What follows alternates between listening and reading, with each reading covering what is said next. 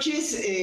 Es el último programa del año y estaba pensando, ¿no?, en lo que fue diciembre del año pasado, donde la situación económica de la Argentina estaba al borde de un colapso, con riesgo de hiperinflación, y un año después ese miedo parece disipado. Obviamente hay problemas económicos y desafíos y reformas profundas que todavía hay que hacer, pero se ha dado un gran paso para terminar con el tema de la inflación, que es histórico en la Argentina, y que además yo siempre recuerdo una frase de los años 90 de Felipe González, que decía que la inflación es el impuesto más reflexivo, más regresivo que tenía un país. Por eso es importante destacar esto, y voy a hablar con Juan Ignacio Fernández, que es economista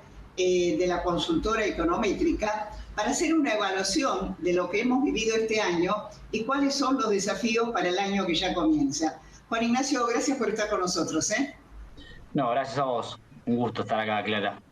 Bueno, Juan Ignacio, el logro de la inflación, de aplacar la inflación, aunque todavía falta, un 2%, es muy poco para la Argentina, pero mucho para el mundo.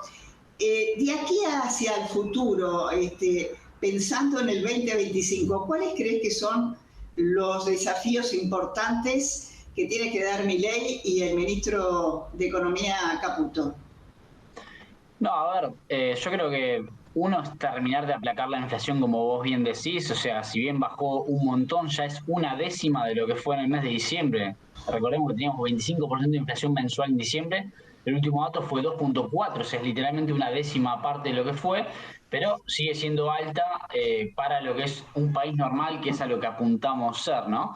Entonces, lo primero es terminar de aplacar lo que queda de la inflación, que de hecho en 2025 vamos a tener la inflación más baja en 8 años, y la idea es que, se estima que para 2026 la inflación en Argentina esté totalmente extinguida. Reitero, para 2026 se espera que en Argentina la inflación esté totalmente extinguida. Estamos hablando de una inflación promedio mensual abajo del 1%, ¿sí? Después, a nivel de desafíos, lo más urgente ahora para nivel desafío es básicamente que se reactive la economía, que ya se reactivó. Claro. De hecho, ayer salió el dato trimestral del PBI, ya sabíamos que había salido de recesión, pero todavía faltaba el dato oficial. Fue de 3.9%, una recuperación muy importante, que de hecho alcanza a compensar lo que se perdió en el primer trimestre y en el segundo.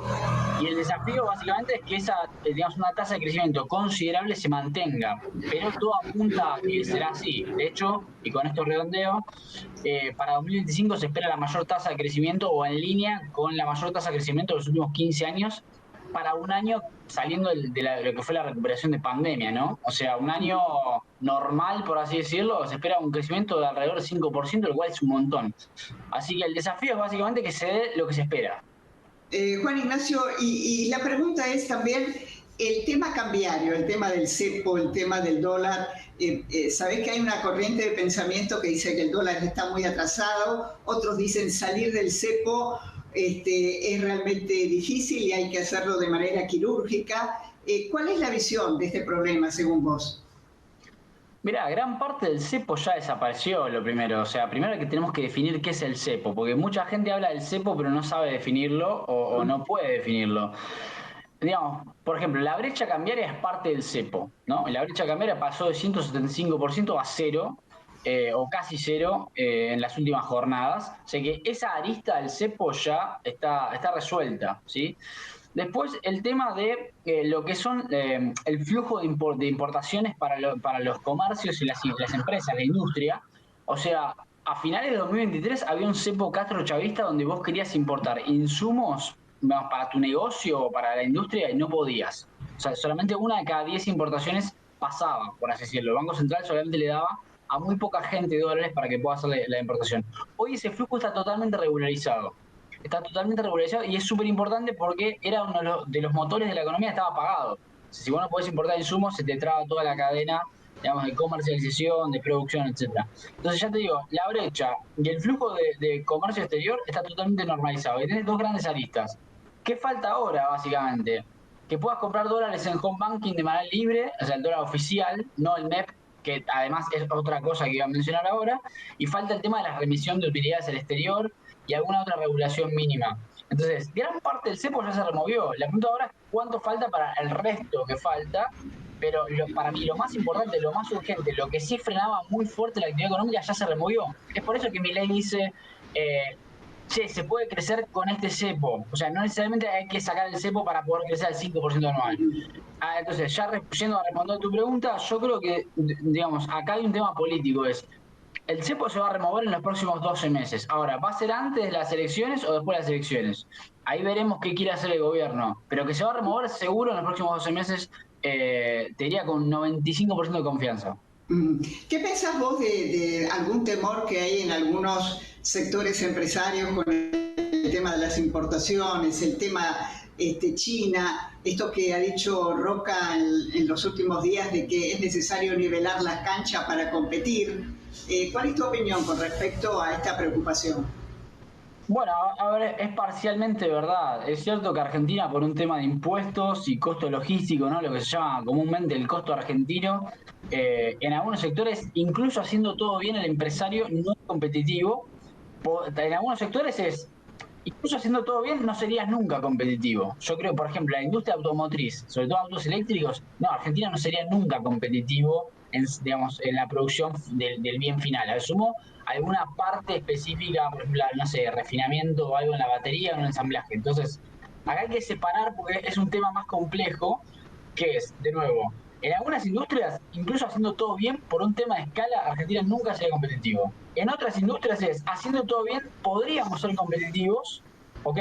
Pero ahí tenés el costo argentino que a veces te complica las cosas. Y después tenés lo que Milei o los liberales, digamos, los últimos 10 años vienen llamando empresarios, que son gente que está llorando esta situación justamente porque ha vivido de cazar en el zoológico y se está escudando un poco digamos, en la parte mala de la apertura comercial, básicamente para que sigan perpetuando una situación que nos tenía de rehenes, ¿no? O sea, gente que no son empresarios, sino que están cobrando un peaje. De hecho, en la literatura se llama rent seeking, ¿no? Los buscadores de renta, de arbitrajes. Entonces, tenés las tres situaciones. De nuevo, yo creo que la economía se va a abrir, se está abriendo, de hecho surgen noticias todos los días, eso es muy bueno. Parte de los empresarios se van a tener que reconfigurar, eso es cierto, porque de nuevo vivían de cobrar peaje, digamos, entre la importación que venía de afuera y al momento de ponerla acá. Básicamente, pero también es cierto, hay que conceder que Argentina tiene que bajar impuestos y tiene que bajar el costo logístico para que algunas industrias que sí son viables realmente puedan competir en igualdad de condiciones, ¿no?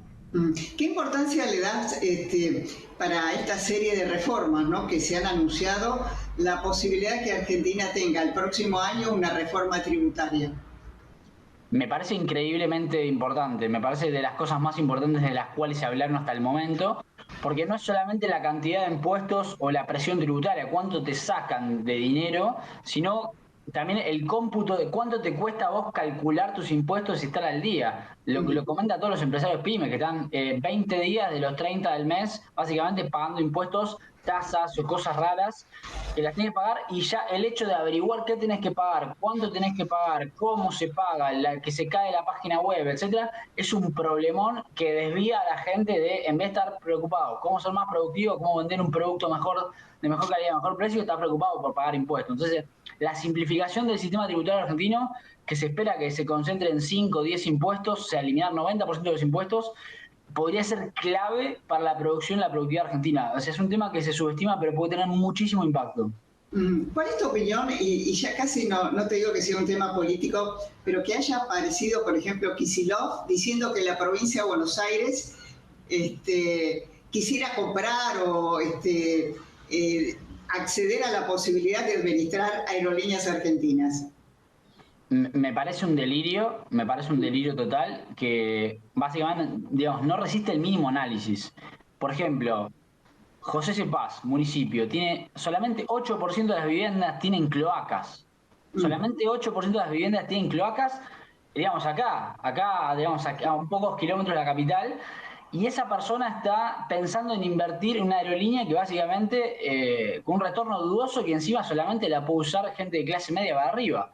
Entonces, Perdóname, y que ha perdido un juicio en Nueva York por 390 millones de dólares, según leí una información, por una privatización o una nacionalización que se hizo paralela o fuera de la ley, ¿no? Además, con esa deuda.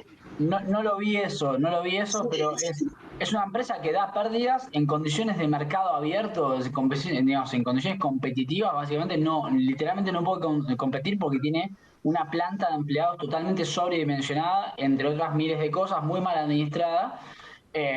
Y básicamente, de nuevo, no es que es un municipio, la provincia de Buenos Aires, que le sobra el dinero y tiene, digamos, las necesidades básicas totalmente satisfechas, sino que tiene deudas de infraestructura increíblemente atrasadas que parecen de calibre africano en algunos casos. Entonces, la verdad que me parece un delirio por parte de Kicillof esto, ¿no? Te hago la última pregunta. El hecho que el próximo año sea un año electoral, y viste que en política se suele expandir el gasto, es una tradición en la Argentina. ¿Eso te genera alguna preocupación, alguna duda? No, a ver, de parte de Nación no. De hecho, yo creo que Nación va a seguir bajando el gasto. No solamente no va a subir, sino que en 2025 va a seguir bajando aún más el gasto. Van a seguir pasando la motosierra y eso se va a traducir en una baja de gasto claramente menor a la de 2024, porque bueno, fue 30% real, pero va a seguir bajando el gasto. O sea, contraria a la lógica a la cual estamos acostumbrados. Sí me preocupa en los municipios. Sí me preocupa en los municipios. Ya vimos lo que acaba de pasar en Capital Federal con Jorge Macri, que acaba de aprobar un presupuesto que implica una suba real del gasto, o sea, teniendo en cuenta inflación, de más de 20%. O sea, la suba del gasto es más que duplica la inflación esperada. ¿Ok? Y eso en gran medida se explica por la lógica electoral de que, bueno, es un año electoral, ¿no? Están muy preocupados por las elecciones, de hecho, es posible que desdoblen las elecciones, van a hacer algunos cambios, pues justamente se ven, digamos, no se ven bien.